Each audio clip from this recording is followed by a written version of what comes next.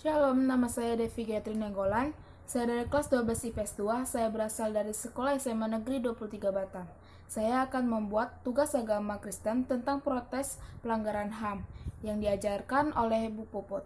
Di sini dikasih dua pilihan, pelanggaran HAM nasional atau internasional. Saya akan mengambil yang nasional. Di sini saya akan menjelaskan tentang stop rasisme dan diskriminasi. Nah, di sini banyak banget hinaan rasis terhadap mahasiswi Papua.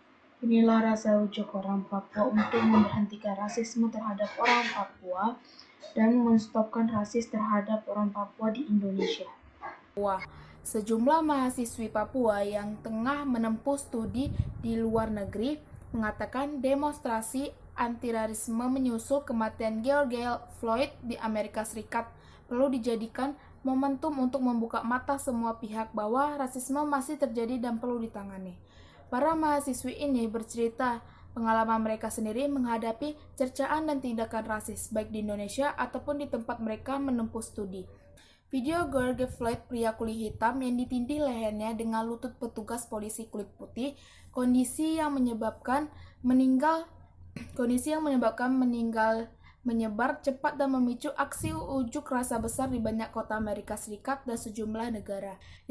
Demonstrasi yang mengangkat Black Lives Matter ini diangkat aktivis Papua termasuk Veronica Koman dengan tagar Papuan Lives Matter untuk yang disebutnya membangkitkan kesadaran untuk menghentikan rasisme terhadap orang kulit hitam termasuk pada masyarakat Papua.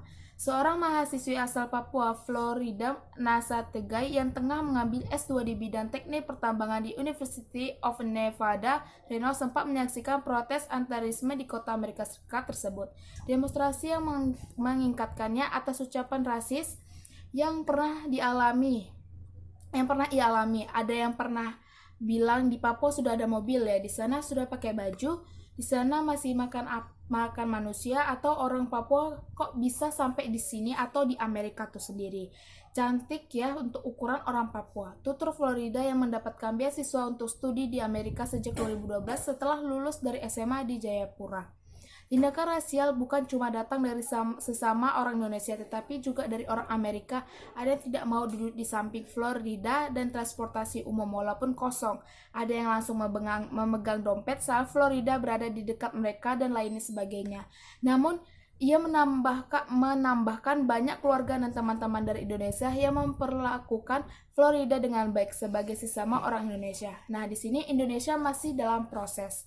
Unjuk rasa menentang tindakan rasis juga melanda sejumlah kota di Papua termasuk Manokwari pada Agustus tahun lalu. Dua orang prajurit TNI yang saat itu dituding mengucapkan kata-kata rasis di depan asrama mahasiswa Papua di Surabaya dikenakan sanksi indisipliner karena disebutkan tidak ada bukti mereka mengucap rasis.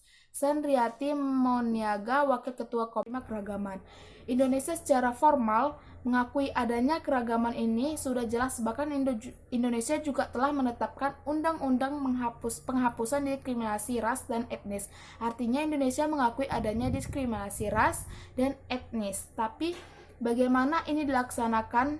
Ini yang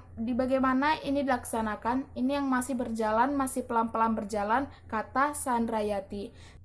Namun, kata Sandrayati, hal ini tidak mudah karena memang ada banyak perspektif, masing-masing orang masih sangat kuat pada keragaman untuk jadi suatu bangsa di mana seluruh warganya dapat mentolerir keragaman yang ada. Kita masih dalam proses.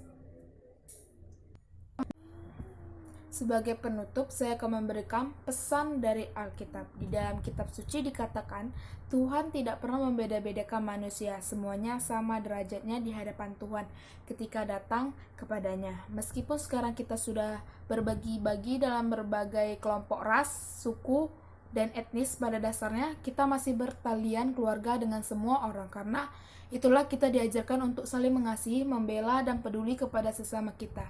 Hal ini ditegaskan dalam kitab Keluaran 22 ayat 21 yang mengatakan, "Janganlah kau tindas atau kau tekan seorang asing, sebab kamu pun dahulu adalah orang asing di tanah Mesir."